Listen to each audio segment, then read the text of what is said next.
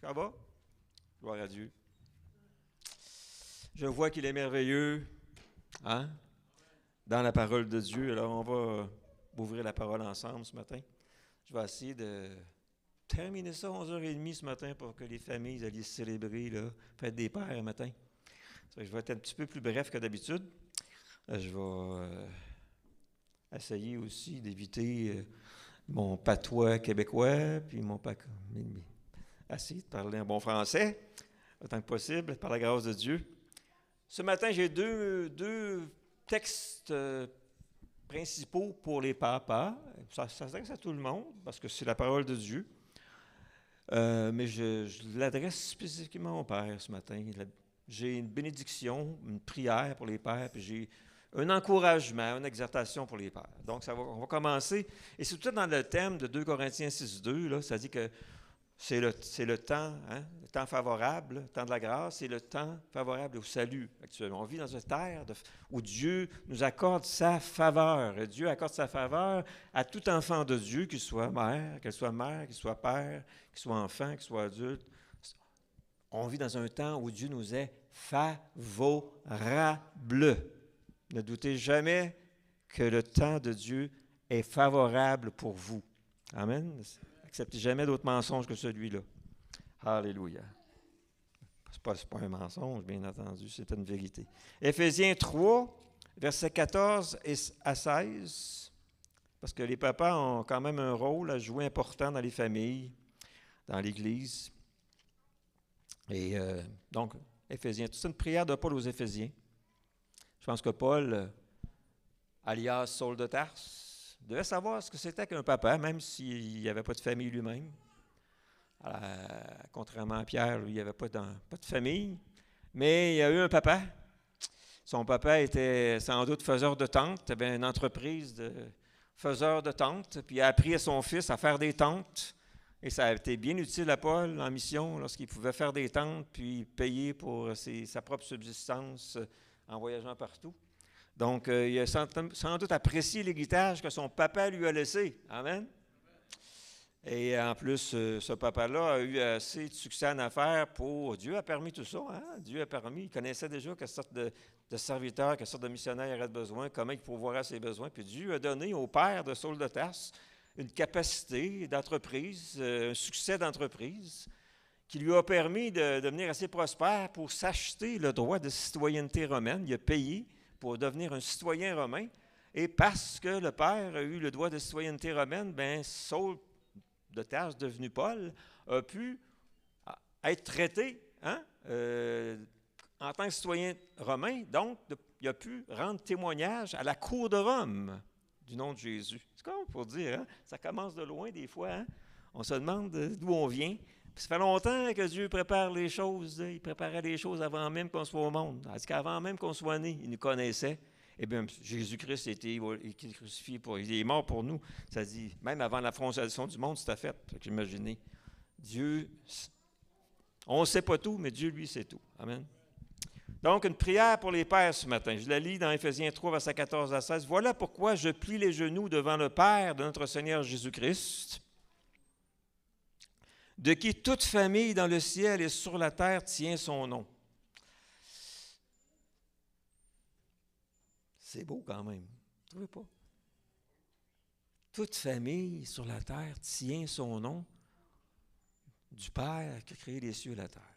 On tire notre existence, notre identité, notre nom, notre personnalité familiale, notre identité familiale. Ça ne nous vient pas de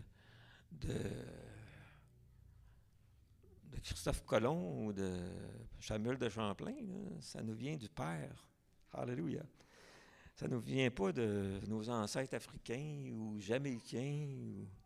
Non, ça vient de plus loin que ça encore. Ça nous vient du Père céleste, imaginez. Alléluia. Toute famille dans le ciel et sur la terre, imaginez, tire son nom, ce qu'il est, ce qu'elle est, chaque famille.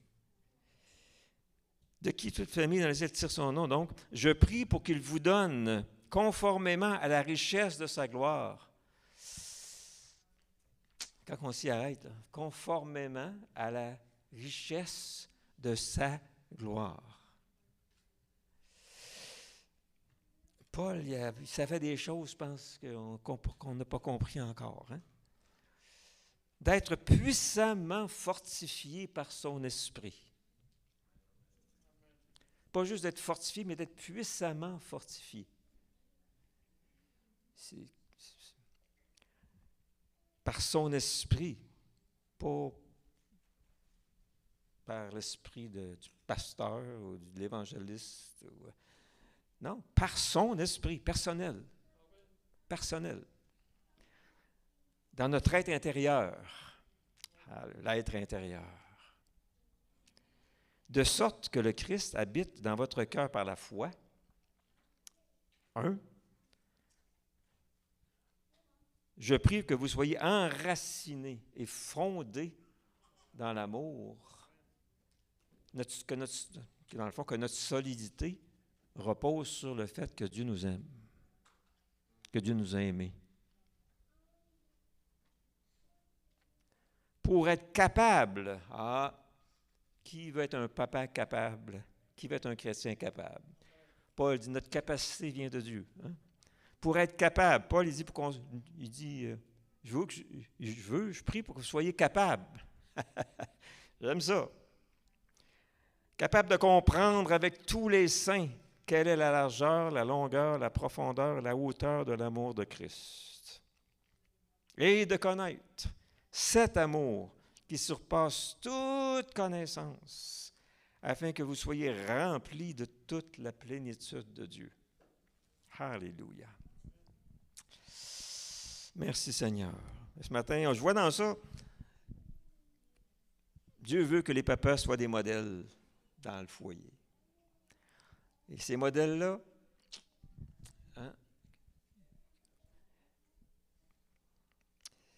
je lisais un texte l'autre fois, puis c'était un jeune noir d'origine africaine.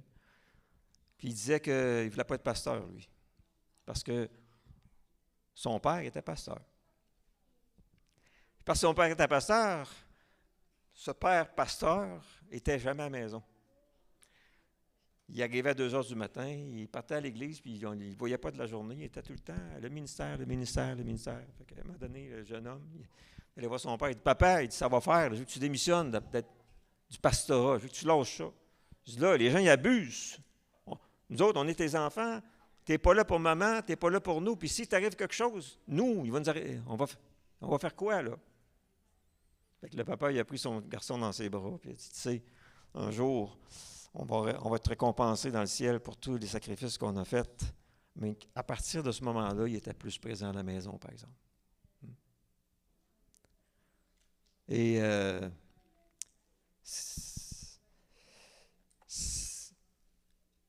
être un modèle, ça ne veut pas dire être un super spirituel, être un super... On court partout, puis on court partout, puis on n'est jamais disponible pour notre famille. Hein? On peut être bien zélé, aller à l'autre bout du monde, parcourir le monde, publier des livres, mais Dieu nous appelle. La première responsabilité qu'un homme a lorsqu'il devient papa, c'est d'être un modèle pour ses enfants. Saint Augustin disait, vos enfants, ils ne vous respecteront pas et ils ne vous aimeront pas parce que vous leur parlez, vous leur dites des choses. Mais ils vont vous aimer, ils vont vous respecter parce que vous les aimez. Quand ils vont voir que vous les aimez. Fait un modèle pour nos enfants, c'est important. Alléluia. Paul, il dit c'est pourquoi, dans le contexte, là, c'est en Éphésiens 1, ça dit, 1 verset 7, ça dit, en lui, par son sang, nous sommes rachetés, pardonnés de nos fautes, conformément à la richesse de sa grâce.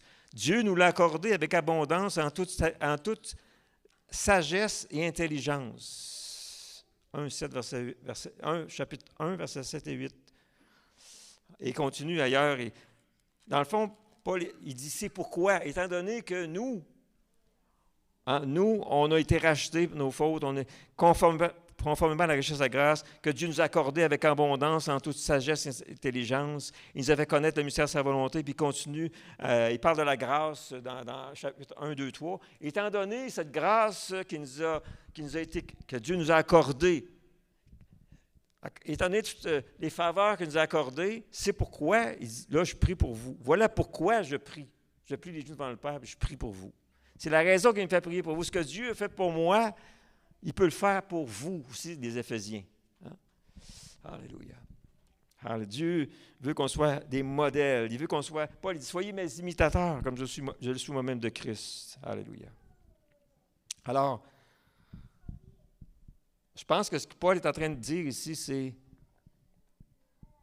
accueillir la grâce de Dieu comme nous, on l'a accueilli. Si on est quelque chose aujourd'hui, c'est parce qu'on a accueilli cette grâce-là, puis elle est devenue efficace. Elle nous a rendus efficaces, elle nous a rendus capables de faire des choses. Puis moi, je plie les genoux devant le Père parce que vous aussi, vous puissiez accueillir la même grâce pour que vous deveniez capables aussi, capables d'être le papa que vous êtes appelé à être. On pourrait dire capable d'être le croyant, le chrétien que tu es supposé d'être dans le monde d'aujourd'hui. Hein? Pour savoir accueillir la grâce de Dieu de manière à ce qu'elle ne soit pas vaine, qu'elle soit fructueuse, qu'elle produise des bons résultats. Amen?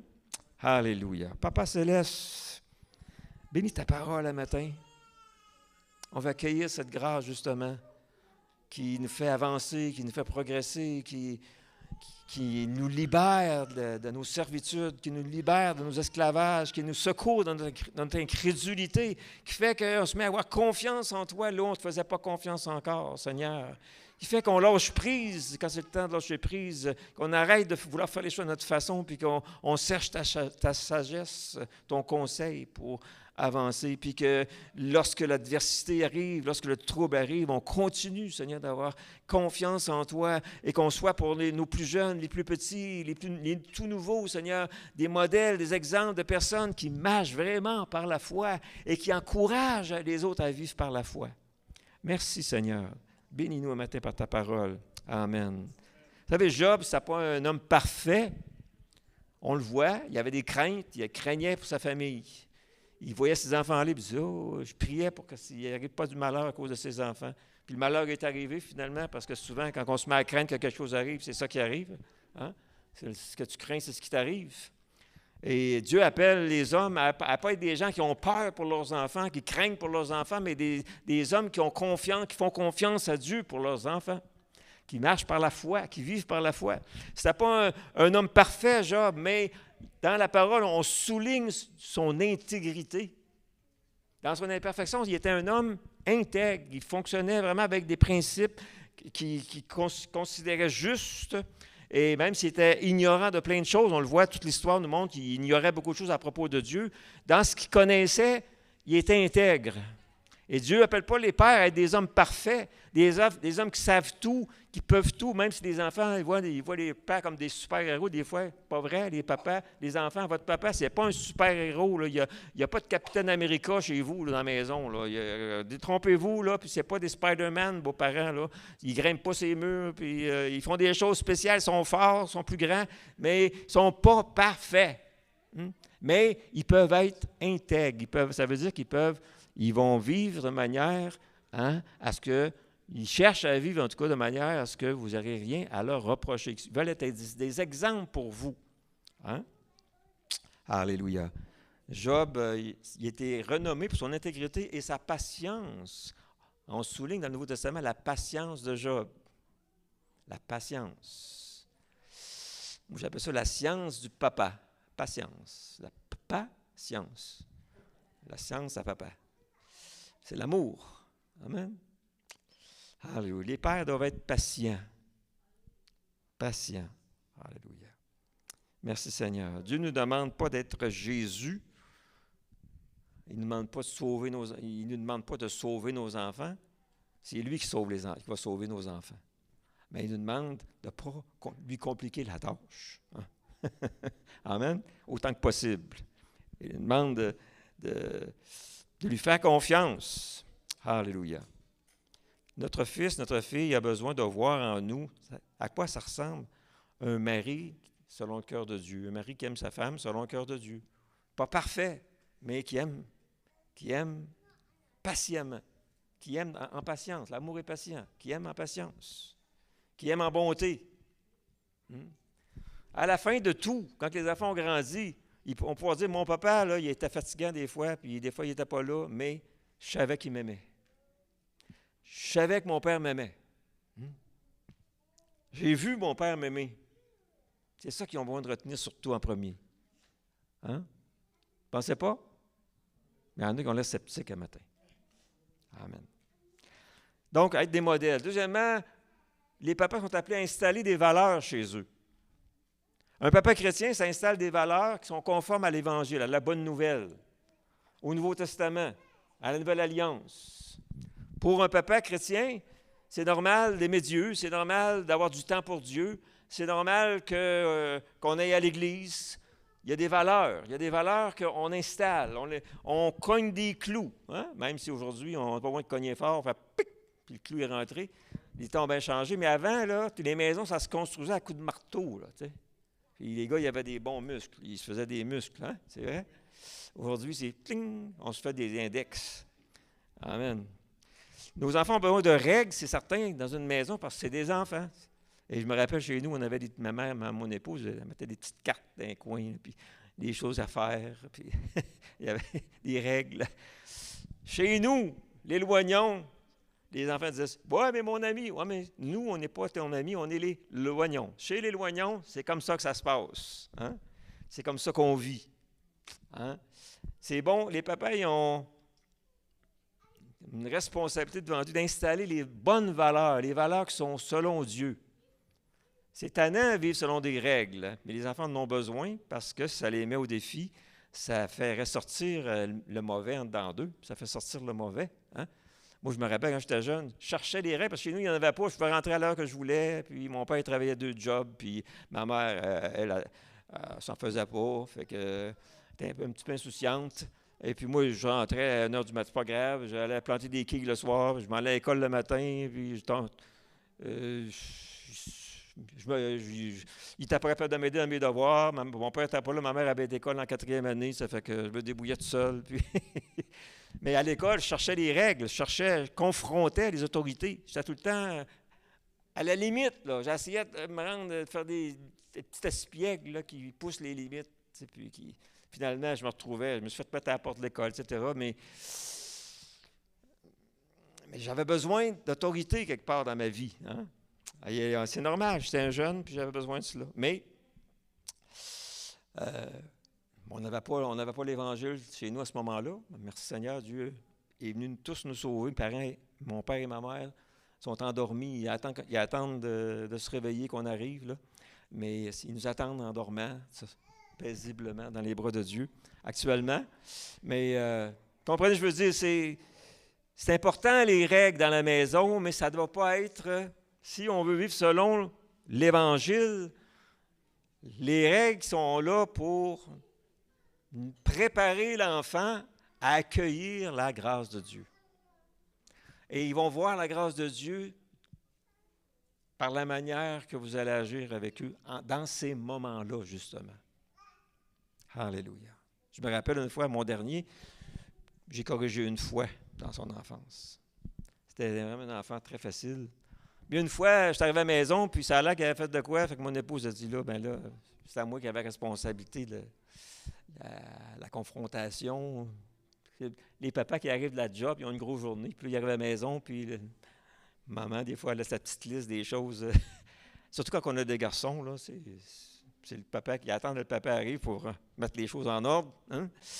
Fait que j'amène mon jeune dans sa chambre, je dis là, ça ne marche pas l'affaire, là, regarde. Tu t'es mérité une correction. Tu penses-tu que ça me fait plaisir d'arriver à la maison, moi, puis de te corriger? Là? Moi, je t'aime, puis là, tu me punis. Là. Moi, j'arrive à la maison, au lieu d'être de bonne humeur, puis d'avoir ta maman souriante, puis d'avoir mes enfants heureux dans la maison, j'arrive là, voici, je rentre dans... Faut que je te donne la punition que tu as méritée. Là. Pourquoi tu me fais ça? Puis il me regarde ses grands yeux. Je dis là, je vais t'oublier de te punir. Fait qu'on avait, dans ce temps-là, on faisait ça. On avait une espèce d'objet là, qui ne peut pas blesser, mais c'est de long, là, puis on donne une petite tape, puis les fesses, puis ils ont tout encore leur fafouine. Ils sont encore là, ils sont bien ronds encore, pas de problème. Ils n'ont pas aplati avec le temps. Mais Mais là, je dis, puis là, je le voyais, là, il était tout triste, là. Puis je suis là. Fait que j'ai pris j'ai dit, couche-toi sur le ventre, sur le bord du lit. Puis là, j'ai pris la strap, puis j'ai donné un bon coup sur le lit. Puis ça a fait pouf! Puis il s'est mis à pleurer. Puis là, après ça, j'ai dit, relève-toi. Là, j'ai pris un autre coup, puis j'ai donné un coup sur ma main. Puis là, j'ai expliqué l'Évangile. Là, j'ai dit, regarde, tu mériterais d'être puni, mais je vais prendre la punition à ta place pour cette fois-ci. Tu sais, retiens la leçon. Puis, le point, c'était d'installer des valeurs, installer les valeurs de l'Évangile dans la maison. Tu sais. La grâce, la miséricorde. Tu mérites la punition, mais au lieu de te la donner, je te fais comprendre que je peux la prendre à ta place. C'est comme Jésus, il a pris notre punition à notre place. C'est comme ça qu'on installe des valeurs concrètement, visuellement, audiblement, puis qu'on la répète afin que ça puisse être ancré dans la maison. Quand Josué dit « Moi et ma maison, on va servir le Seigneur », dans le Nouveau Testament, c'est un peu ça que ça veut dire. Ça veut dire « Moi et ma maison, on va honorer le Dieu de toute grâce dans notre maison. On va honorer la grâce et la miséricorde de Dieu dans notre maison. » Bien entendu, les autres, les plus vieux, là, surtout le premier, lui, il y a eu des bonnes punitions, des vraies punitions. Mais souvent, c'était en fonction des besoins. C'est quoi son besoin, cet enfant-là? Les valeurs. Il y a un de nos enfants, je l'avais corrigé physiquement, ça n'a rien changé. Moi, j'ai eu des corrections physiques quand j'étais jeune, mais à chaque fois que mon père me corrigeait physiquement, je me disais, c'est juste un mauvais moment passé. Si le jeu en vaut la chandelle, c'est pas grave. Je prenais ça de même. En même temps que j'ai eu du fun, je suis prêt à accepter la punition. Puis je passais par-dessus, puis ça finit là. Hein? Mais c'était pas la bonne façon. Il aurait dû me retenir dans ma chambre pendant quelques heures, par exemple, m'empêcher d'aller jouer dehors. Là, ça aurait été toute une punition, par exemple. Hein? Mais j'en avais un comme ça, il était un social, puis lui, la meilleure punition, c'était 10 minutes assis sur une chaise sans bouger. C'est la pire affaire. Vous pouvez lui faire comprendre de quoi, vous le gardez tranquille, sans bouger pendant 10 minutes. Mais, comprenez, il faut installer des valeurs puis s'assurer de voir en fonction de chaque besoin, chaque enfant, c'est quoi. Dieu s'intéresse à chacun différemment. Les règles, il faut faire attention avec ça, c'est que des fois, on fait ça universellement, puis là, on ne rejoint pas le besoin de l'enfant à ce moment-là. Alléluia. Des valeurs dans la maison. Ça me fait penser à... C'était à le hockey dernièrement, puis vous savez, les Hurricanes ont gagné la Coupe Stanley, là, puis il y a deux de leurs principaux ont gagné le Conn Smythe, là, Jordan Staal, puis le meilleur défenseur de l'équipe, Jacob Slavin, ils ont gagné la Coupe Stanley, là, puis ça a dit que Jacob Slavin, il a pris la Coupe Stanley, il l'a levée dans les airs, puis il l'a déposée au pied de Jésus. Il a dit, moi, je la dépose au pied de Jésus, mon sauveur. Il donne la gloire à Jésus. Il dit, je joue en ayant foi en Jésus-Christ. Puis Jordan Staal, lui, il a dit, moi, tout jeune, je rêvais de devenir un hockeyeur professionnel, puis je rêvais de gagner la Coupe Stanley. Puis là, finalement, j'ai fait mon junior, j'étais repêché par les Penguins de Pittsburgh. Puis la première année, à 20 ans, j'ai gagné la Coupe Stanley. Puis là, je me suis dit, c'est juste ça. J'ai gagné. J'ai 20 ans, j'ai atteint tous mes objectifs.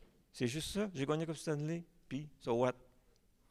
Puis il s'est converti à Jésus-Christ, puis il a dit, maintenant, j'ai compris que j'avais besoin de plus dans ma vie, puis il s'est converti, puis il a dit, j'ai foi en Jésus-Christ. Puis il a gagné une autre Coupe Stanley dernièrement, puis il n'a pas changé d'idée, ça a l'air. Il a encore dit, j'ai foi en Jésus-Christ. Juste pour montrer que des valeurs dans la maison, c'est le papa, on peut poursuivre bien des buts, dire, moi, je veux devenir riche, moi, je veux avoir la plus grande maison du quartier, moi, je peux avoir la plus belle auto, moi, je peux avoir ceci, moi, je peux atteindre tel objectif, mais nos enfants doivent comprendre que c'est vanité tout ça. Les valeurs qu'on inculque nos enfants, des fois on peut se servir de ces témoignages-là, de ces exemples-là, on a montré qu'il y a plus important dans la vie que d'avoir le plus beau linge, le même linge que les autres à l'école, ou d'avoir les mêmes jouets que l'autre, ou d'avoir la plus belle maison de la rue. Hein? Comme ça c'est important. Je crois vraiment que il veut nous parler, il nous parle d'insister sur accueillir la grâce de Dieu et inculquer ces valeurs-là dans notre foyer.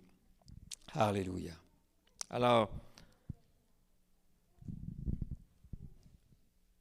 dépendant de chaque famille, dépendant de chaque enfant, les familles doivent avoir des règles, mais en même temps, il y a une limite, des fois, à obliger un jeune à aller à l'église. Il y a des âges où on peut lui dire, OK, nous autres, on disait, tant que tu vas être chez nous, tu vas venir à l'église le dimanche. Quand tu auras tel âge, on te laissera décider. Fait qu'il savait qu'un jour, il aurait à décider. Il rêvait peut-être de ce jour-là. Certains matins, il devait rêver à ce jour-là. Là. Surtout quand il était pré-ado puis ado. Et puis, finalement, ils ont usé de leur liberté à un moment donné. Puis, on a respecté cela. Mais, dans notre foyer, il y avait des valeurs qui étaient installées. Puis, ils se rappelleront toute leur vie, peut-être. Ils se rappellent toute leur vie. Puis, un jour, ils se marient. Puis, ils disent, bien, finalement, avoir des valeurs dans le foyer, quand j'étais jeune, j'espère qu'ils ne copieront pas, parce que ce n'est pas ce qu'il faut faire, mais ils jugeront comment ils peuvent installer des valeurs dans leur propre foyer. C'est important d'en avoir. Amen? Je passe assez rapidement ce matin. Troisième point que je vois, c'est qu'il faut apprendre à se reposer en Dieu, papa. Reposons-nous dans le Seigneur. Premièrement, comment? D'abord, il faut que notre âme soit en bonne santé. Avoir une âme agitée, une âme troublée, une âme inquiète, si vous-même, vous n'êtes pas bien en dedans de vous, vous allez avoir de la misère à amener la paix dans votre foyer, la tranquillité dans votre foyer, la sécurité dans votre foyer. Il faut apprendre d'abord à entretenir notre âme, s'entretenir en dedans, être en repos dans le Seigneur. Hein? Entrer dans le repos du Seigneur. D'ailleurs, comment on fait cela? C'est bien facile à dire, pasteur, mais Dieu nous a donné des promesses. Et moi, ce qui m'a aidé à me reposer face à ma responsabilité avec mes enfants qui ils ne marchent pas toujours comme j'aurais voulu qu'ils marchent. Ils ne pensent pas toujours comme j'aurais voulu qu'ils pensent. Ils pensent de leur propre chef. Ils ne pensent pas la même chose que moi. Comment ça se fait qu'ils ne pensent pas comme moi d'abord? Tu sais, c'est des bonnes pensées que j'ai. Ben non, ils choisissent de penser à leur façon. Puis des fois, ça ne fait pas notre affaire. Hein? Mais Dieu nous donne des promesses si on lui demande. Et ces promesses nous permettent, c'est des clés qui nous font entrer dans le repos. Lorsque Dieu me dit, hein, tes fils seront des plants d'olivier dans ta maison. Alléluia, il va se dire qu'ils vont être fructueux dans ma maison. Ou tous tes fils seront disciples de l'Éternel. Mais moi, je m'accroche à ces promesses-là. Mais Seigneur, tu as dit que mes fils seraient disciples de l'Éternel. Tu as dit, crois que tu seras sauvé, toi et ta famille. Seigneur, je ne vais pas m'en faire pour le salut de mes enfants. Je ne suis pas capable de les sauver, mais je crois que toi, tu es capable de le faire. Je peux me reposer en ton Saint-Esprit qui convainc le monde. Il y a quelque chose de mondain dans la vie de mes enfants actuellement. Bien, je peux croire que ton esprit va les convaincre de péché, de justice et de justice parce qu'ils ne croient pas en Jésus. Puis là, ils vont dire, ça va donc.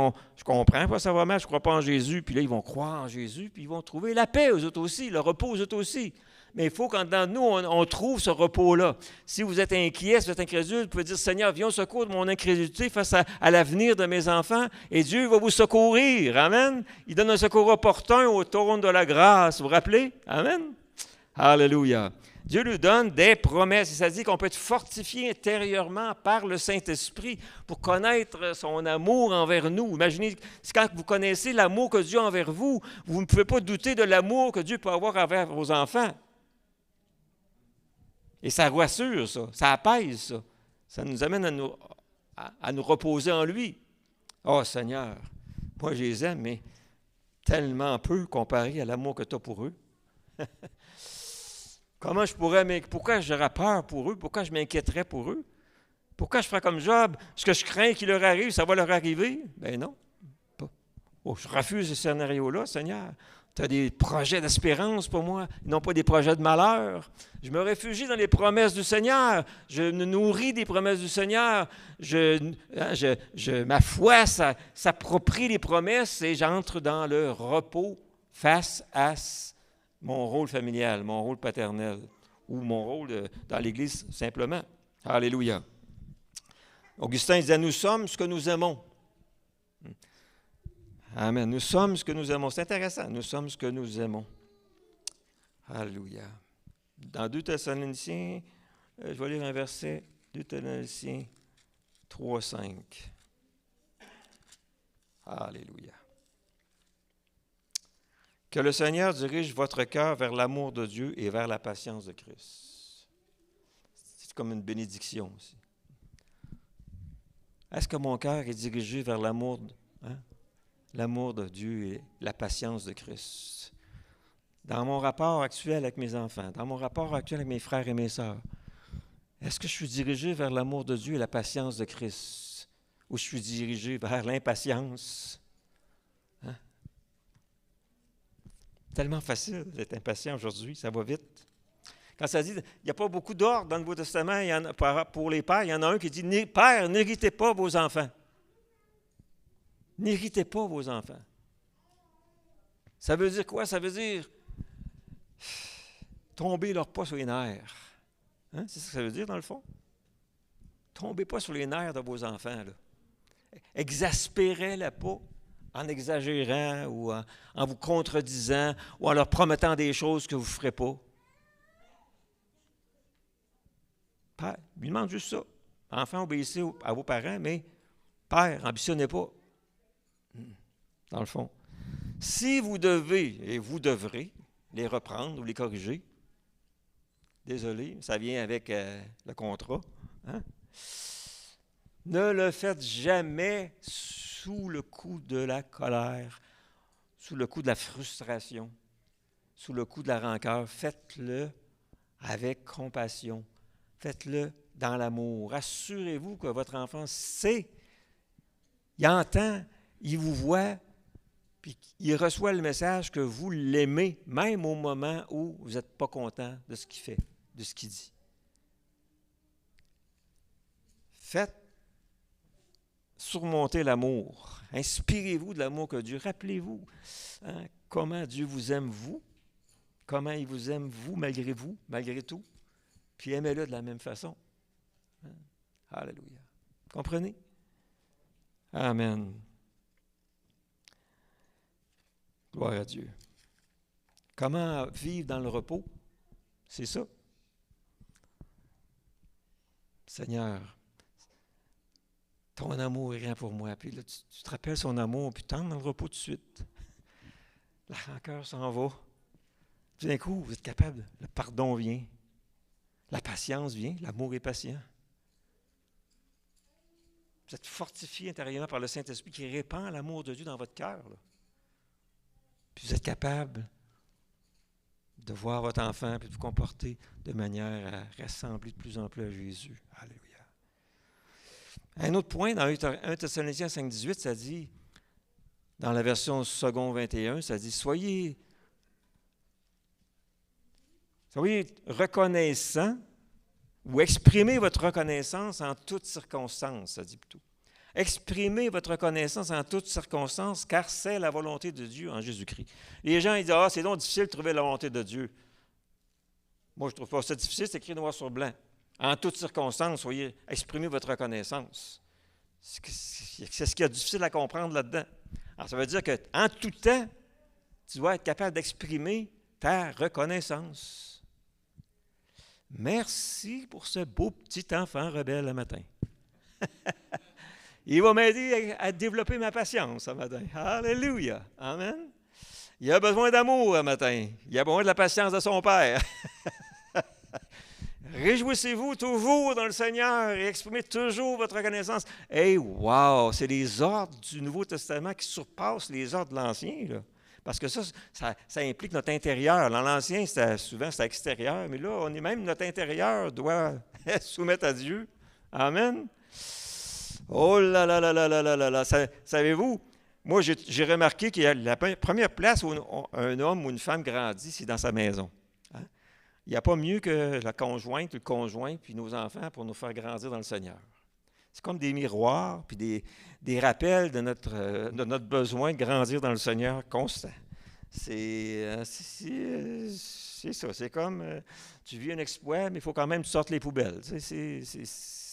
Ça nous rappelle qu'on est juste des petites personnes qui sont sauvées par grâce et qui ont besoin de la grâce de Dieu pour tenir le coup. Amen. Dans le repos du Seigneur, c'est plus facile. Quand on est en repos dans le Seigneur, c'est plus facile de tout le temps exprimer notre reconnaissance. Tu sais, quand tu es à la maison, tout va bien. Tu entends les oiseaux chanter. Tout d'un coup, tu apprécies la tranquillité. Tu peux te reposer si tu veux. Tu as une liberté. Tu n'as pas besoin de courir à la pharmacie parce que tu as mal partout. Tu es libre de ton temps. Quand tu es dans le repos, tu as une jouissance de la vie qui est extraordinaire. Tu te sens... Tu es quasiment gêné d'avoir toutes ces bénédictions-là alors que tant d'autres n'en ont pas. Là, tu te mets à prier pour le monde qui n'a pas ça. Ça. Dans le repos du Seigneur, on devient des chrétiens extraordinaires, des chrétiennes extraordinaires. Ça se met à sortir la bienveillance, ça se met à sortir la prière. Ça vient tout seul à ce moment-là. Là. C'est plus une religion, c'est comme un fleuve d'eau vive qui jaillit en dedans de nous. On est dans le repos, donc on est reposé, on est capable de donner, on est capable de laisser sortir les choses. On est dans l'abondance, on a tout le temps du surplus quand on est dans le repos. Mais quand on n'est pas en repos, là, on est replié sur soi-même souvent, puis on essaie juste de tenir le coup. Hein? On est à la limite, c'est la corde raide. Alléluia. Exprime votre reconnaissance en toutes circonstances. Il faut être un modèle, installer des bonnes valeurs, puis apprendre à vivre dans le repos du Seigneur à la maison. Que notre maison soit un lieu de repos, de tranquillité, un havre de paix. Qu'on peut se réfugier là, puis dire on est chez nous, là. Hein, puis mon père, il ne me criera pas de faire ce que j'ai à faire, puis il y a de la bienveillance à la maison. Je peux toujours courir dans les bras de mon père et de ma mère. Alléluia. Je termine avec... comment ça, je n'ai pas écrit ce texte-là? Je ne l'ai pas écrit. C'est dans Pierre. Il n'est pas là, dans lui. Amen. C'est un encouragement et une exhortation de Pierre. Je vais essayer de le retrouver. C'est dans 1 Pierre 4, je crois. De mémoire, je n'ai pas écrit ma référence, mais je vais la trouver. Alléluia. Voilà, verset 7. Je termine avec ça. Pour ça, je souhaite un bon dîner de fête des pères. Pour ceux qui s'intéressent à la fin des temps, là, il a dit, la fin de toute chose est proche. Soyez donc sages et sobres, afin de vous livrer à la prière. Autrement dit, ça veut dire ici, affolez-vous pas avec la fin des temps, là, puis paniquez pas avec ça. Continuez de vous entretenir avec Dieu. Là. Soyez à son écoute, puis parlez-y. Tout le temps. C'est ça, ça dit ici. C'est pas de dire, là, la fin est proche, là, enfermez-vous à l'église, puis sortez plus, là, puis priez. Là. Hein? Avant tout, ayez un amour ardent les uns pour les autres, car l'amour couvrira une foule de péchés. C'est vrai à l'église, c'est vrai à la maison. L'amour va couvrir une multitude de péchés. L'amour va faire que vos enfants vont vous pardonner toutes vos erreurs. Ou vont vous demander pardon pour leur rébellion. L'amour va faire ça. L'amour triomphe de tout. Amen. Exercez l'hospitalité les uns vers les autres sans murmurer.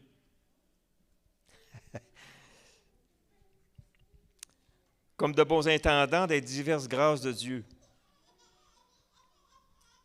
Mettez chacun au service des autres le don que vous avez reçu. Si quelqu'un parle, qu'il annonce les paroles révélées de Dieu. Si quelqu'un accomplit un service, qu'il le fasse avec la force que Dieu communique, afin qu'en tout, Dieu reçoive la gloire qui lui est due à travers Jésus-Christ. C'est à lui qu'appartiennent la gloire et la puissance au siècle des siècles. Amen. Amen, cher Père. Alléluia. Aide-nous à accueillir ta parole ce matin, Seigneur Dieu. Aide-nous, Père, à vivre dans le repos de ta maison. Aide-nous à être sobres, à ne pas exagérer,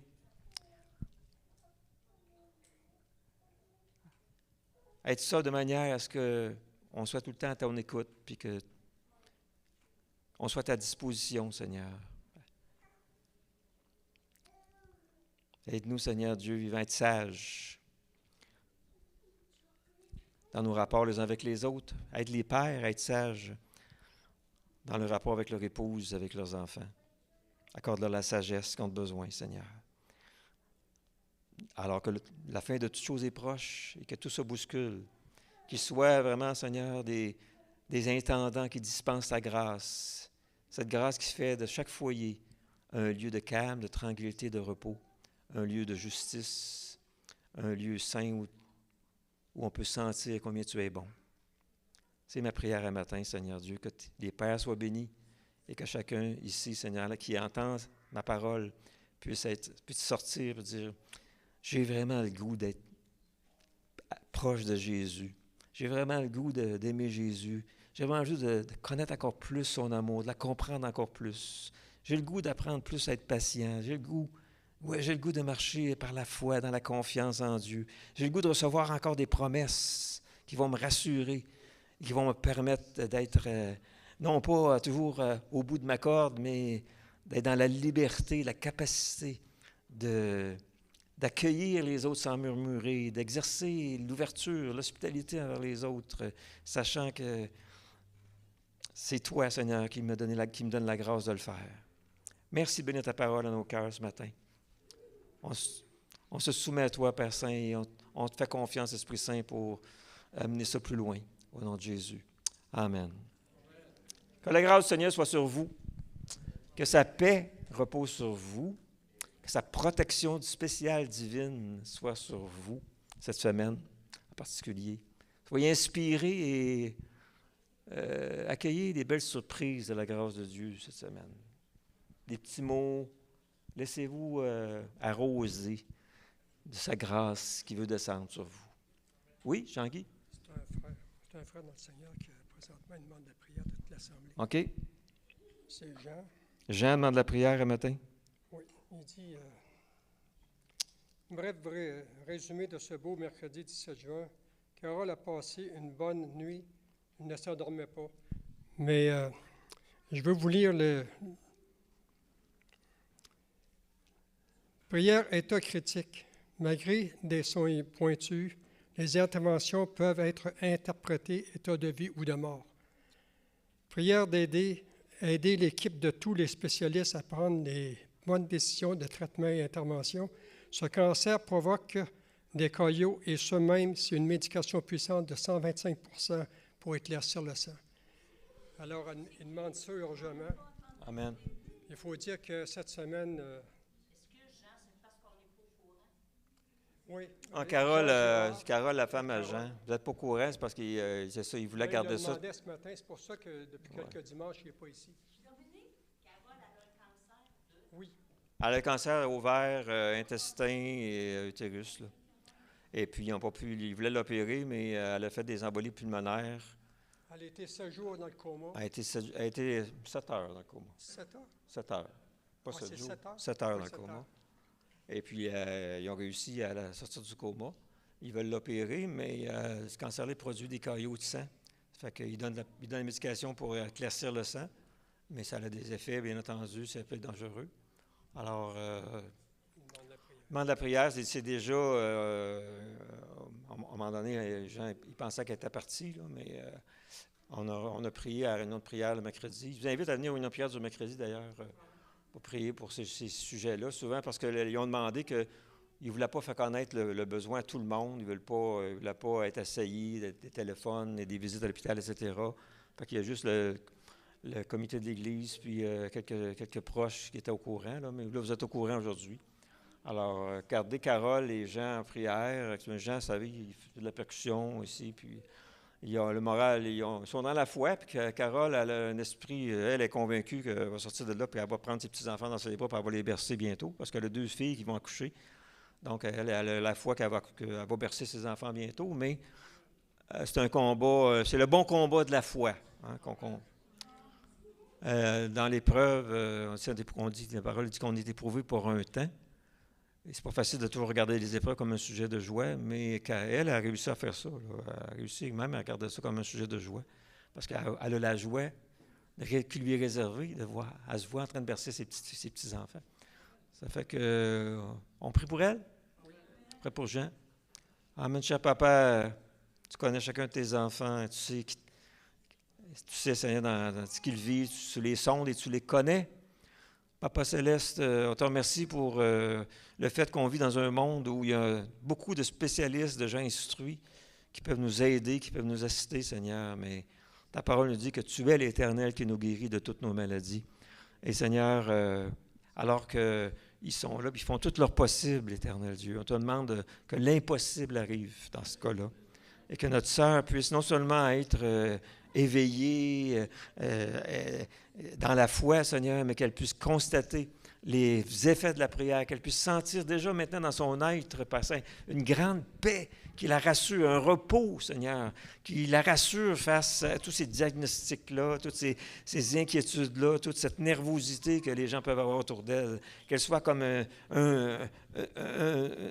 vraiment une brebis qui est accrochée solidement au rocher. Même, Seigneur, si elle se sent décrochée, elle sente que tu la tiens toi-même, Seigneur. Tu la retiens à ton rocher, Seigneur. Merci, Seigneur Jésus.